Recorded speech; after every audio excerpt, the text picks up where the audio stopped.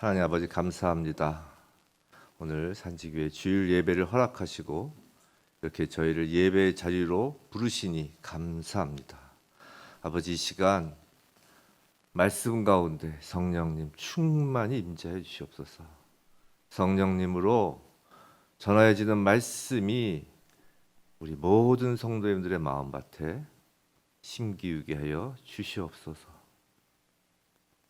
오직 예수 그리스도만 선포되는 그런 시간 되게 하여 주시옵소서.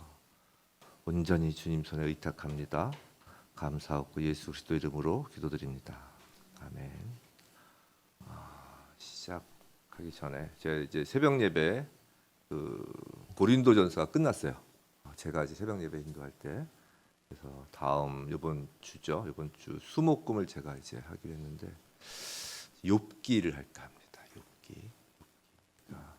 혹시 욥기에 관심이 좀 욥기에 대해서 좀 더 알고 싶다 하신 분 새벽 예배 설교를 좀 들어주셨으면 좋겠습니다. 물론 월요일, 화요일 지금 열왕기 하 이승창 목사님 하고 계신데 또 많은 참여를 부탁드립니다. 지금은 마지막 때입니다. 라고 얘기를 하면 사이비, 이단, 시한부 종말인가라고 의심이 들 수 있는데 이건 제 말이 아니라 이제 사도 요한을 통한 하나님 말씀입니다. 본문 18절이죠. 아이들아, 지금은 마지막 때라. 지금은 마지막 때라. 적 그리스도가 오리라는 말을 너희가 들은 것과 같이 지금도 많은 적 그리스도가 일어났으니 그러므로 우리가 마지막 때인 줄 아노라. 지금은 마지막 때라고 합니다. 이 성경에서 말하는 마지막 때란 그리스도의 초림과 재림 사이의 기간, 좀 더 정확히 표현하면 오순절 성령 강림과 그리스도의 재림 사이의 기간을 가리킵니다. 이 기간은 시간상으로 보면 시대의 마지막 기간에 해당하고 복음의 시대 또는 교회 시대라고도 부르죠. 성경에서의 마지막 때는 또한 한 시대의 종말이자 다른 시대의 시작이기도 합니다. 종말의 때뿐만 아니라 새로운 출발의 때입니다. 멸망의 때일 뿐만 아니라 재창조의 때이기도 합니다. 성경의 마지막 때, 이 마지막 날은 완전함과 영원함을 의미하는 것입니다.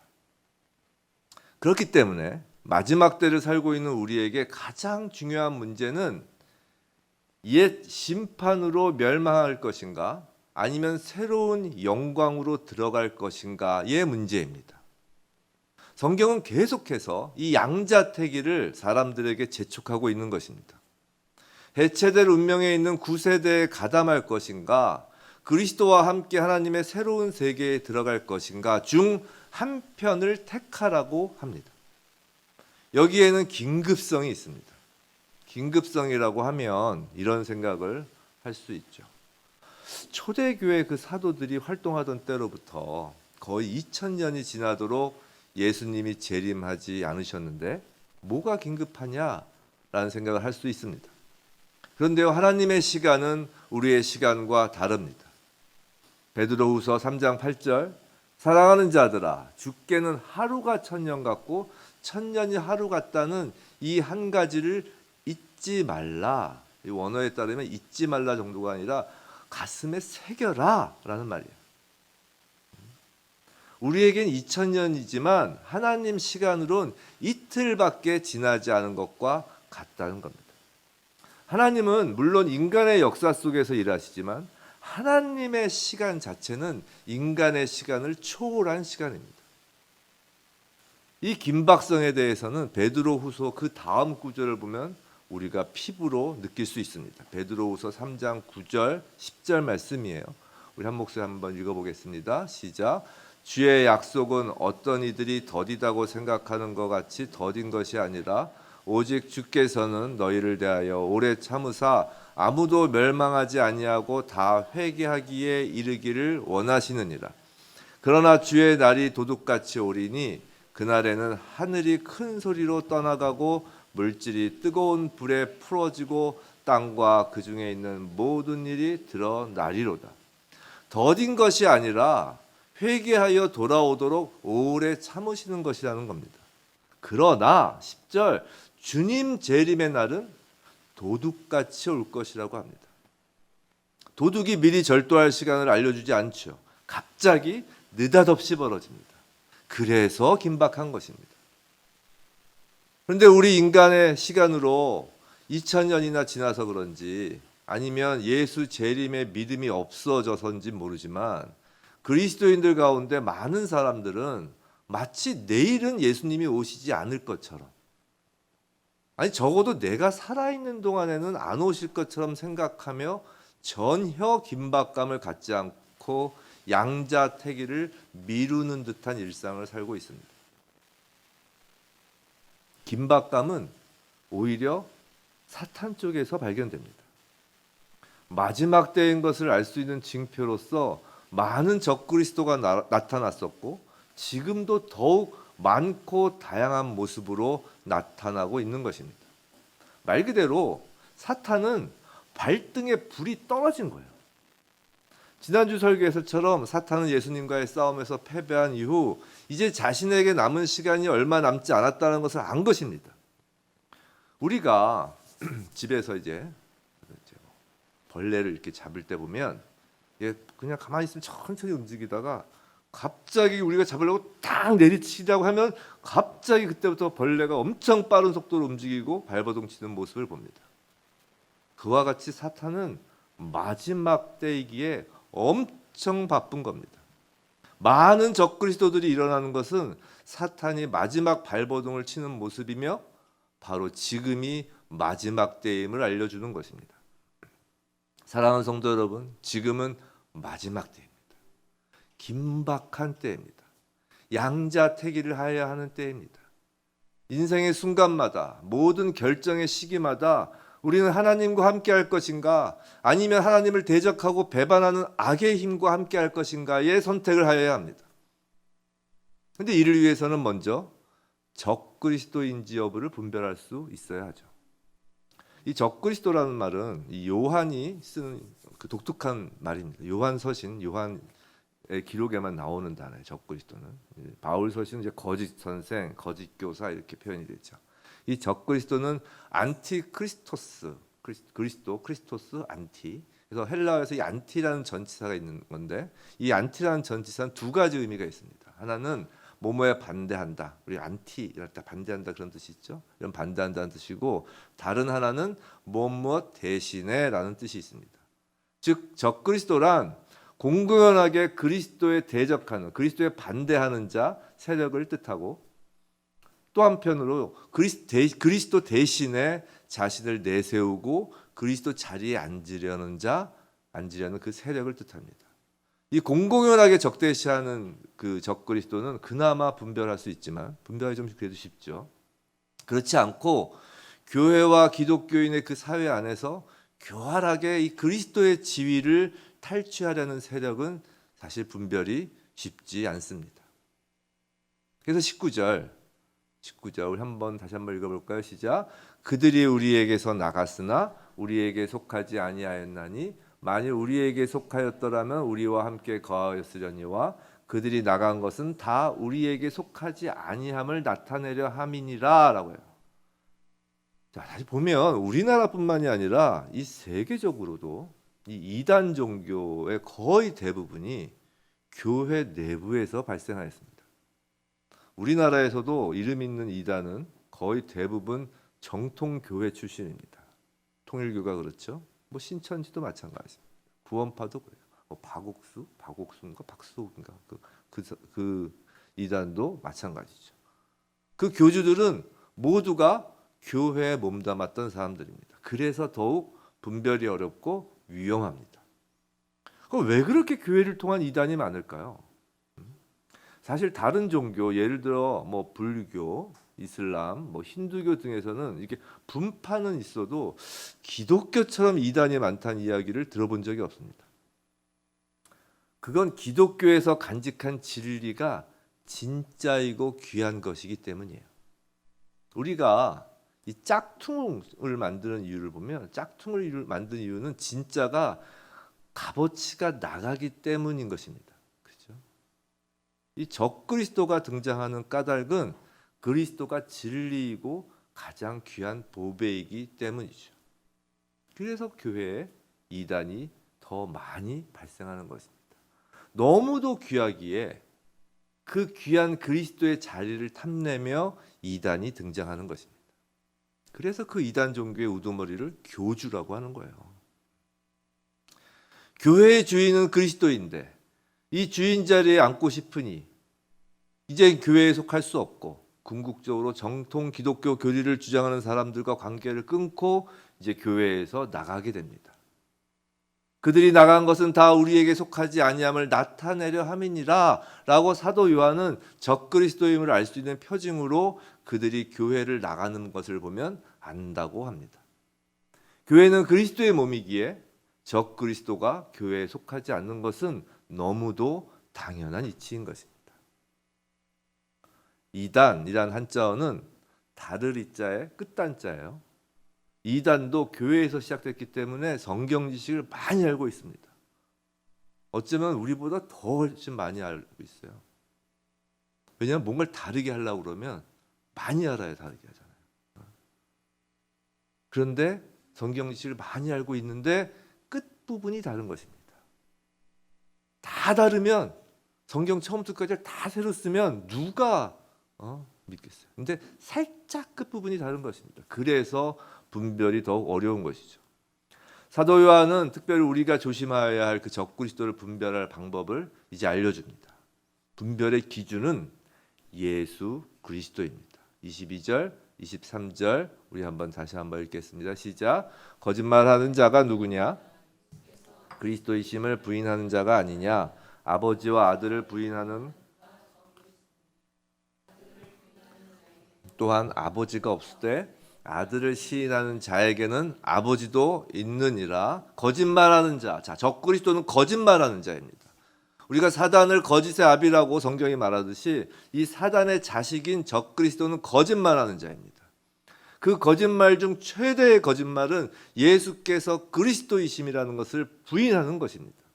만약 어떤 사람이 나사렛 예수가 성부 하나님이 보내신 하나님의 아들 그리스도였고 지금도 그 사실에는 변함이 없다라는 그 사실을 믿지 않는다면, 그것이 사실이 아니라고 주장한다면 그 사람은 적그리스도의 영역에 있는 것입니다.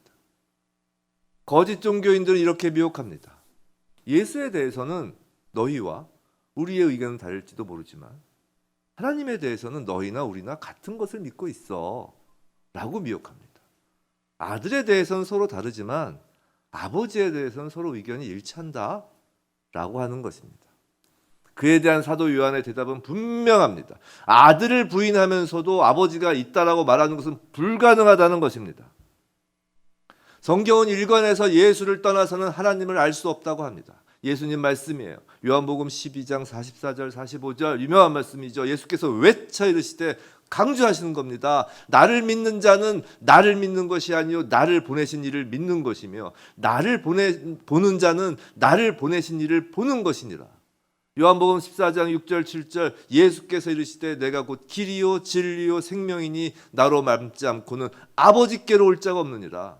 너희가 나를 알았더라면 내 아버지도 알았으리로다. 이제부터는 너희가 그를 알았고 또 보았느니라.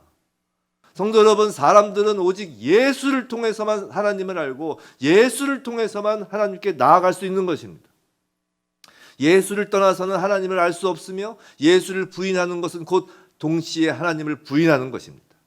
예수에 대한 사람의 반응이 곧 하나님에 대한 반응이며 그 하나님의 반응에 따라서 이 땅에서나 영원한 하나님 나라에서도 그 사람의 운명이 결정되는 것입니다. 예수님 말씀이에요. 마태복음 10장 32절 33절 우리 함께 읽어보겠습니다. 시작. 누구든지 사람 앞에서 나를 시인하면 나도 하늘에 계신 내 아버지 앞에서 그를 시인할 것이요 누구든지 사람 앞에서 나를 부인하면 나도 하늘에 계신 내 아버지 앞에서 그를 부인하리라. 예수에 대한 우리의 반응이 이 땅에서나 영원한 하나님 나라에서도 그 사람의 운명을 결정하는 것입니다. 사랑하는 성도 여러분, 예수님과 하나님을 분리하는 일은 불가능합니다. 예수를 부인하는 것은 하나님을 떠나는 것입니다. 제가 예전에 국내에서 이제 나름 유명한 신학자이자 목사이신 누구라고 이제 말씀을 할 수 없죠. 이제 녹화가 되니까 신학자이신 목사님이 어느 그분 강연에 갔다가 너무 놀란 적이 있습니다. 우리가 믿는 하나님과 이슬람이 믿는 알라가 같은 하나님이라는 겁니다. 혹시 지금 그렇지 않을까? 라고 혹시 생각하시는 분 있다면 그 생각을 지우시기 바랍니다. 또 가끔 뭐 같이 모두를 품을 수 있다는 듯 인자한 미소를 띠며 하나님이 불교에서는 부처이기도 하다라는 말을 하는 사람도 있습니다. 근데 그 모든 말은 거짓말입니다. 예수 그리스도가 빠진 알라는 우리의 하나님이 아닌 것입니다. 예수 그리스도와 상관없는 부처는 그저 죽은 사람에 불과합니다. 성도 여러분, 그리스도인은 절대 편협한 사람이 아닙니다. 우린 편협한 사람이 아니에요. 예수 그리스도가 유일한 길이요 진리요 생명이신 분이기에 그리스도인은 편협한 것이 아니라 유일한 길이신 예수 그리스도 위에 서 있는 사람이고, 유일한 진리이신 예수 그리스도를 품은 사람이고, 유일한 생명이신 예수 그리스도 안에 있을 뿐인 사람인 거예요. 적그리스도와 구별되는 그리스도인의 중요한 신앙 고백을 잊지 마시기 바랍니다. 예수님은 하나님의 아들이십니다. 예수님은 완전한 신성과 인성을 가지신 분입니다. 그분은 십자가에서 죽으시고 부활하셨습니다. 그분이 우리의 메시아, 즉 구원자 그리스도이시며 우리의 주님이십니다. 그리고 주님은 다시 오십니다. 예수님은 하나님이십니다. 이것이 양자택일을 하여야 하는 마지막 때에 우리가 언제나 선택하고 붙잡아야 할 진리인 것입니다. 성도 여러분, 너무 고리타분한 말씀이라고 생각되시나요? 특히 신앙생활 좀 하신 분들은 다 아는 말이야, 다 아는 말씀이야 라고 졸립거나 따분하다고 느껴지시나요? 네, 다 아는 내용인 것이 맞습니다. 그래서 사도 요한도 이렇게 말하고 있는 거예요. 20절, 21절 띄워주시고요. 제가 읽어드리겠습니다. 너희는 거룩하신 자에게서 기름 부음을 받고 모든 것을 아느니라. 내가 너희에게 쓰는 것은 너희가 진리를 알지 못하기 때문이 아니라 알기 때문이요. 또 모든 거짓은 진리에서 나지 않기 때문이라. 지금 사도 요한은 너희, 즉 우리가 이미 모든 것을 안다라고 말합니다. 우리가 모르는 새로운 것을 쓰는 것이 아니라 이미 알고 있는 것을 쓴다고 합니다. 방금 본 거 20절에서 모든 것을 안다라는 것은 사실 우리가 어떻게 모든 것을 알 수 있겠어요? 우리가 하나님에 대해서 어떻게 모든 것을 알고 예수님에 대해서 모든 것을 알 수 있나요? 그래서 모든 것을 안다라는 것은 아무리 미숙한 어린아이와 같은 그리스도인이라도 진정 그리스도인이라면 진리와 거짓말을 구별할 수 있을 정도의 진리를 충분히 알 수 있다는 것입니다. 진짜와 가짜를 구별할 수 있을 정도로는 알 수 있다는 거예요. 알고 있다는 거예요. 이건 마치 자녀가 어린 자녀라도 자신의 엄마를 다른 아줌마들과 구별할 수 있는 것과 같습니다. 우리가 알게 된 것은 기름 부음을 받았기 때문이에요. 그래서 기름 부음은 성령을 의미합니다. 이 성령의 위대한 사역은 하나님의 모든 자녀를 하나님의 진리로 인도하는 것입니다. 그렇기에 모든 그리스도인은 그 전제가 성령을 받은 사람을 얘기하는 거잖아요. 모든 그리스도인은 진리를 아는 것입니다. 그렇지 않으면 그리스도인이 될 수 없기 때문이죠. 성령이 임하여야 우리가 예수를 믿고 예수를 주로 고백할 수 있는 것이잖아요. 그렇기 때문에 진리를 아는 것입니다. 우리가 이미 다 알고 있는 것은 예수님이 승천하시며 우리에게 주신 가장 좋은 선물인 그 성령님의 그 가장 중요한 사역으로 우리로 하여금 알고 믿게 한 진리이기 때문에 우리가 다 알고 있는 것입니다. 그 진리가 언젠가부터 따분하고 고리타분하게 여겨진다면 주의하여야 합니다. 왜냐하면 21절 다시 한번 띄워주시면 감사하겠습니다. 21절에서 사도 요한이 알고 있음에도 쓴다라는 것은 우리가 이미 알고 있는 것을 굳게 붙잡으라라는 의미이기 때문이에요. 자, 방금 말씀드린 그 신학자가 내세우는 그러니까 무언가 새로운 이론이나 아니면 신앙의 본질을 사실상 부인하는 가르침에 우리가 알고 있는 그 진리의 자리를 내어주지 말라는 것입니다. 적그리스도가 뭐라고 그랬나요? 그리스도의 자리를 차지하려는 자들이라고 그랬잖아요. 우리가 알고 있는 그 진리의 자리에 뭔가 그런 새로운 이론이나 신앙의 본질을 사실상 부인하는 가르침에 내어주지 말라는 거예요. 설사 아직 어린아이 정도의 신앙이라 각종 질문을 빙자한 공격을 이단들로부터 받을지라도 우리 그런 경우 많잖아요. 예를 들어서 구원파 그런 질문 하잖아요. 구원을 받으셨나요? 구원받은 날짜가 언젠가요? 막 그러면서 질문을 하면서 미혹시키잖아요. 그런 질문을 빙자한 공격을 받을지라도 우리가 아직 알지 못하는 것들이 있다는 이유로 다 할 수는 없는 거니까요. 알지 못하는 이유 때문에 우리가 진짜 지금 알고 있는 것마저 포기하지 말라는 것입니다. 성도 여러분, 우리 매주 늘 예수님을 강조하는 비슷한 말씀이 반복되는 설교를 들으면 다 아는 것 같고 식상할 수 있습니다. 그런데 예수가 빠진 말씀보다 예수가 늘 선포되는 말씀이 안전하고 건강합니다. 이건 우리 신앙생활에서 매우 중요합니다. 특히 우는 사자처럼 우리를 삼키려고 덤비는 적그리스도에 대항하여 우리의 신앙을 지키는 방법으로서 매우 중요합니다. 우리 모두는 그리스도인의 삶을 살면서 비슷한 경험을 하는데 누구나 믿음의 첫 시작의 그 흥분이 지나면 이제 한 발 한 발 뚜벅뚜벅 걸어야 할 때가 있다는 것입니다. 히브리서 2장 1절 말씀이에요. 히브리서 2장 1절 말씀. 그러므로 우리는 들은 것에 더욱 유념함으로 우리가 흘러 떠내려가지 않도록 함이 마땅하니라. 들은 것에 더욱 유념함으로. 성도 여러분, 이 거센 파도가 몰아쳐도 배의 밧줄을 부두 말뚝에 단단히 고정하여 배가 흘러가지 않게 하여야 하는 것처럼 우리 신앙생활 가운데에는 우리가 들어 아는 진리를 꼭 붙잡고 흘러 떠내려가지 않도록 하여야 하는 시기가 반드시 있습니다. 어떻게 하여야 사단이 더욱 기승을 부리는 이 마지막 때, 그 파도처럼 몰려치는 그 마지막 때 우리가 그리스도인으로서 끝까지 견딜 수 있을까요?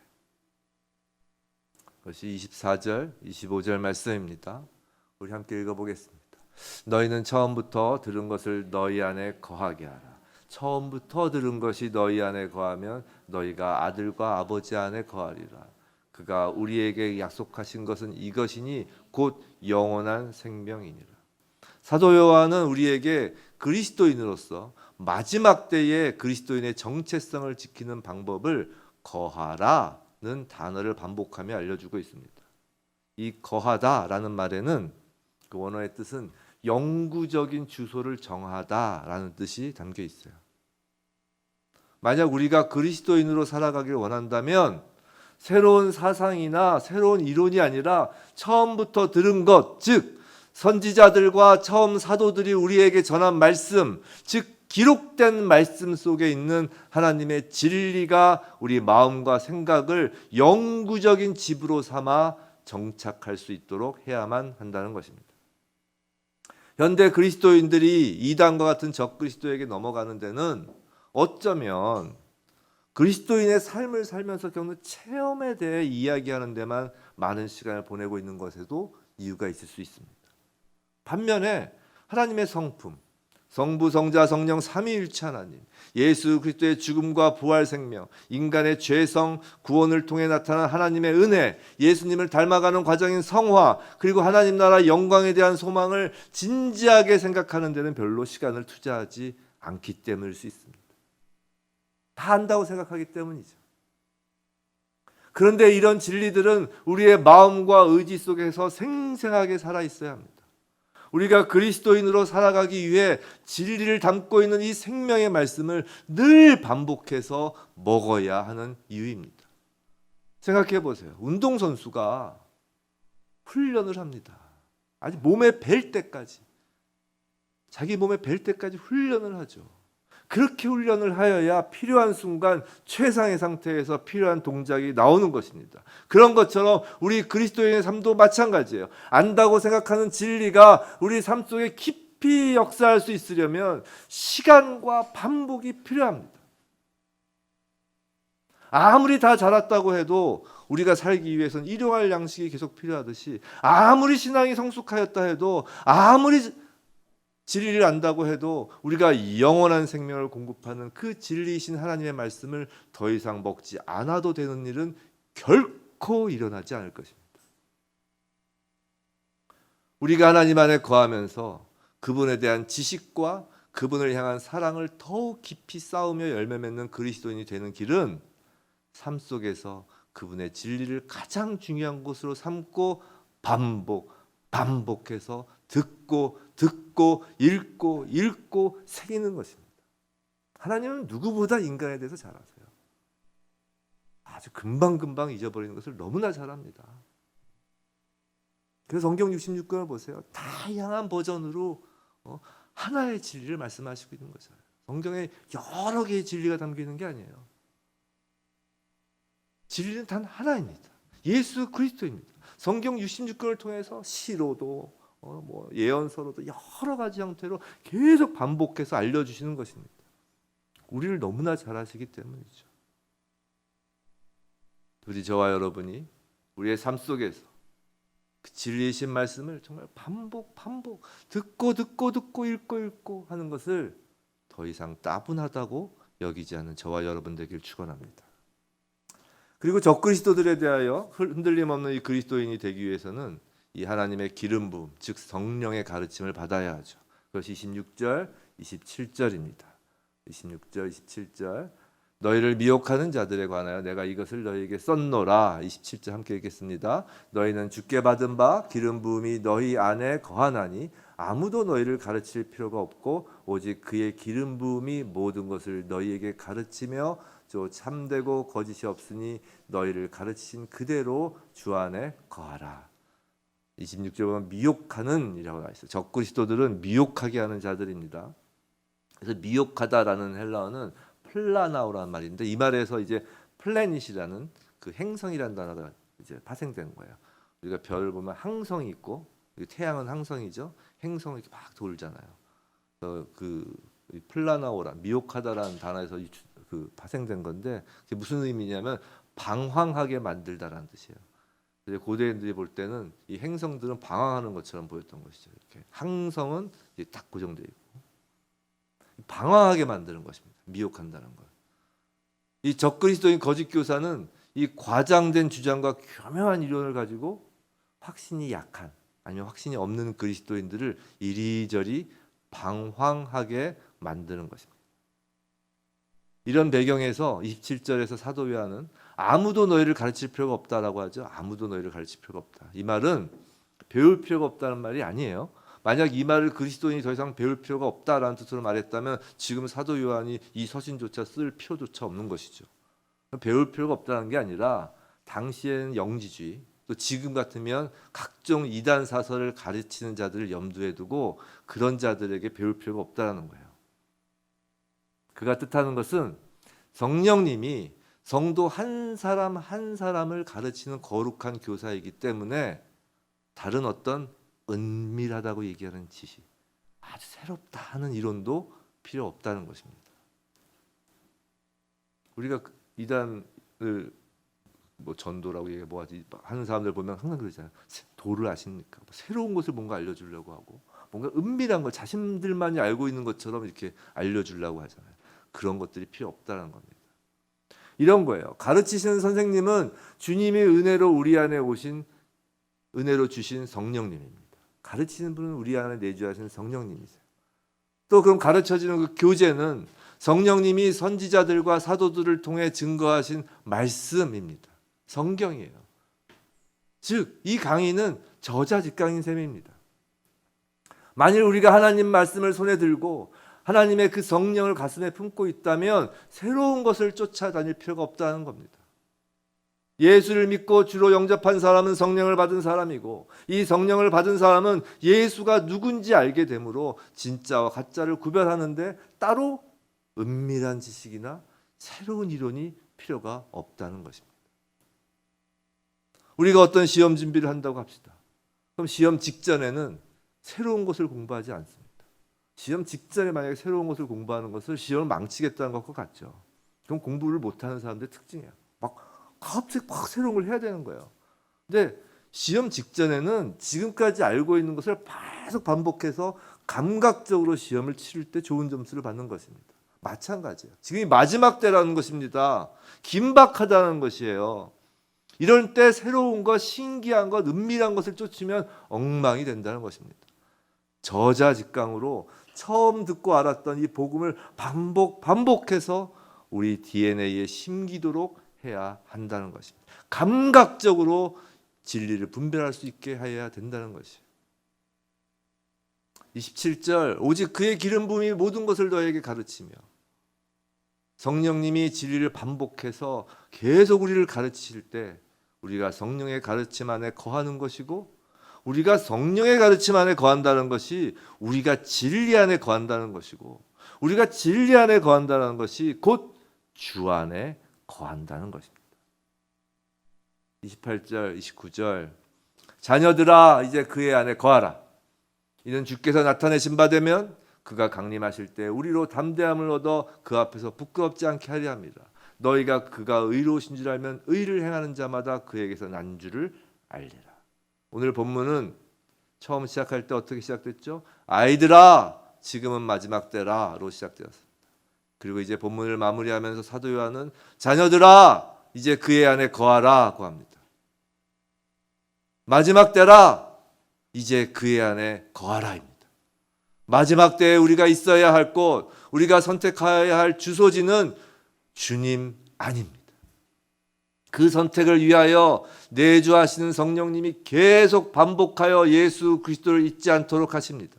그리스도의 재림에 대비하는 최고의 방법은 그리스도의 임재를 결코 잊지 않으며 그리스도 안에 거하는 것입니다.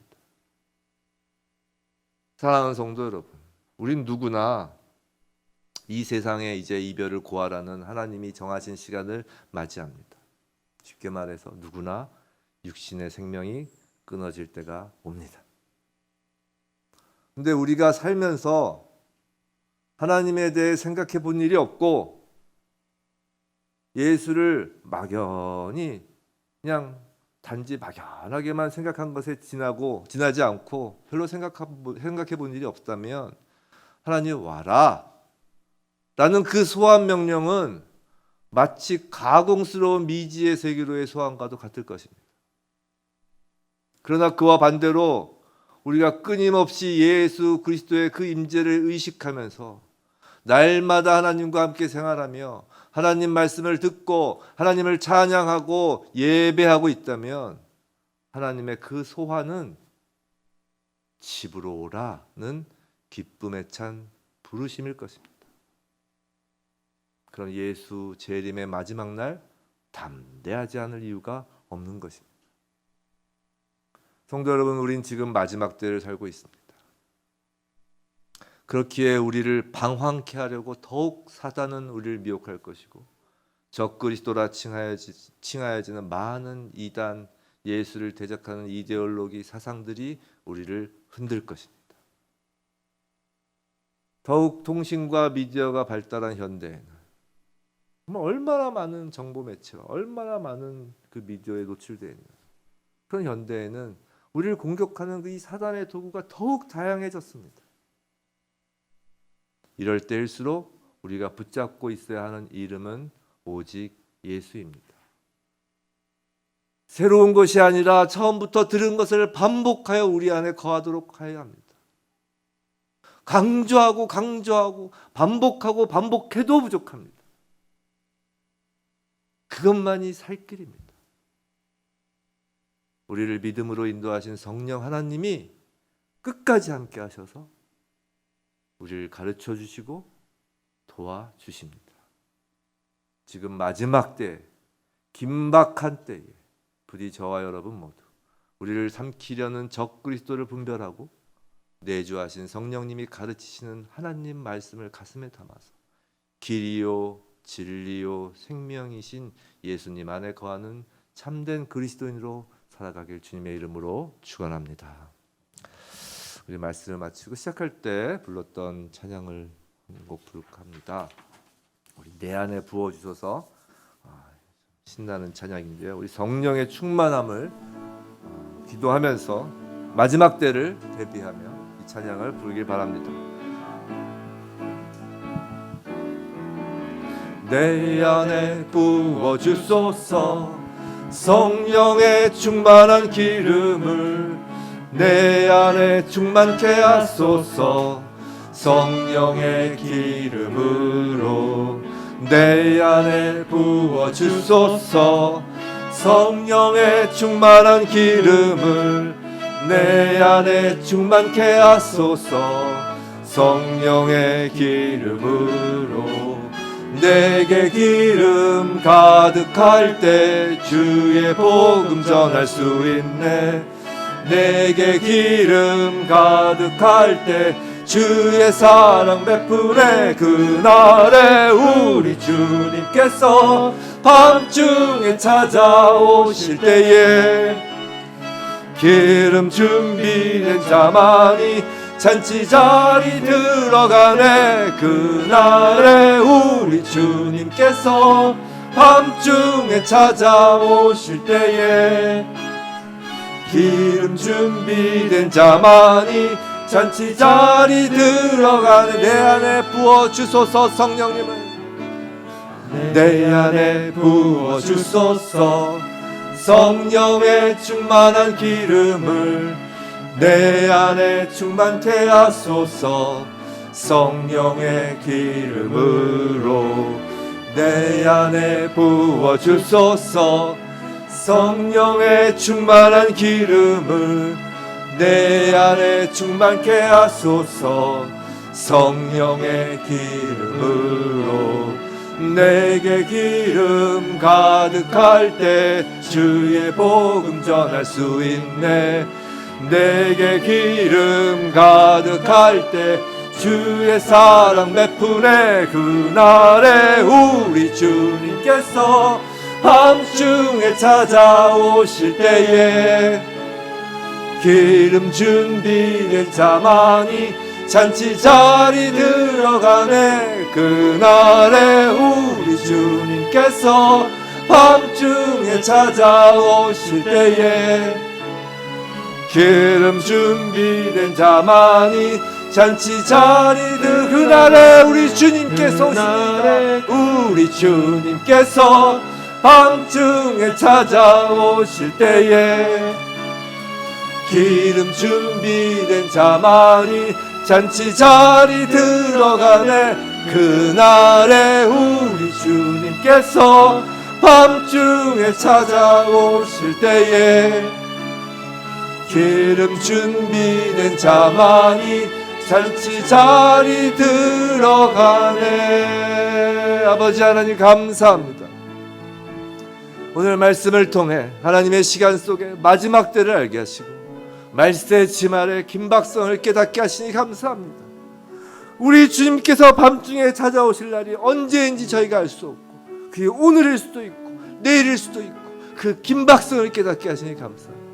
이 긴박한 마지막 때 우리에게 선물로 주신 성령님을 통하여 예수님이 그리스도시요 하나님의 아들이심과 성육신하셔서 십자가에서 죽으시고 사흘 만에 부활하셔서 우리를 구원하여 주신 사실을 알고 믿게 하시니 감사합니다.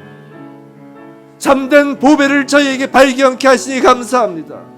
그 진리의 말씀 안에 우리가 언제나 거하도록 성령님으로 도우시고 그 진리로 마지막 때에 바로하는 적그리스도를 분별하고 우리의 신앙을 견고히 지키도록 인도하시니 감사합니다. 아버지의 부디 바라옵기는 우리의 생각과 마음을 주관하사 언제나 성령님의 첫 가르침을 반복하여 가슴에 깊이 새겨지게 하시고 어떤 폭풍과 파도가 몰아쳐도 우리의 믿음이 흘러 떠내려가지 않게 하옵소서. 특히 우리의 자녀들, 믿음의 다음 세대들, 우리 어린 자녀들에게도 우리에게 주신 예수 그리스도의 복음의 진리를 정확하게 가르쳐 주시고 우리 자녀들이 주 안에 거함으로 담대함으로 예수 재림을 소망하는 아버지의 자녀들 되게 하여 주시옵소서. 아버지, 산지교회를 기억하여 주시옵시고 산지교회에서 선포되는 모든 말씀 위에 성령의 기름을 부어주사 오직 예수 그리스도를 통하여 하나님을 보고 하나님을 듣고 하나님을 알게 하옵소서. 또한 성령으로 모든 성도님들의 마음밭을 좋은 밭으로 만들어 주셔서 매주 매일 그 말씀의 씨가 그 마음에 뿌려질 때 성령의 열매가 풍성하게 맺어지게 하옵소서. 아버지, 이 땅 이 나라 한국교회를 위하여 기도합니다. 아버지, 더 이상 이 나라에 한국교회 적그리스도 이단 사설의 미혹이 통하지 않게 하시고 성령과 말씀으로 아버지의 자녀들을 보호하여 주옵시고 예수 그리스도의 이름을 그들을 물리쳐 주옵소서. 아버지, 이 땅의 교회를 긍휼히 여겨 주옵소서. 아버지, 주여 저희를 긍휼히 여겨 주옵소서.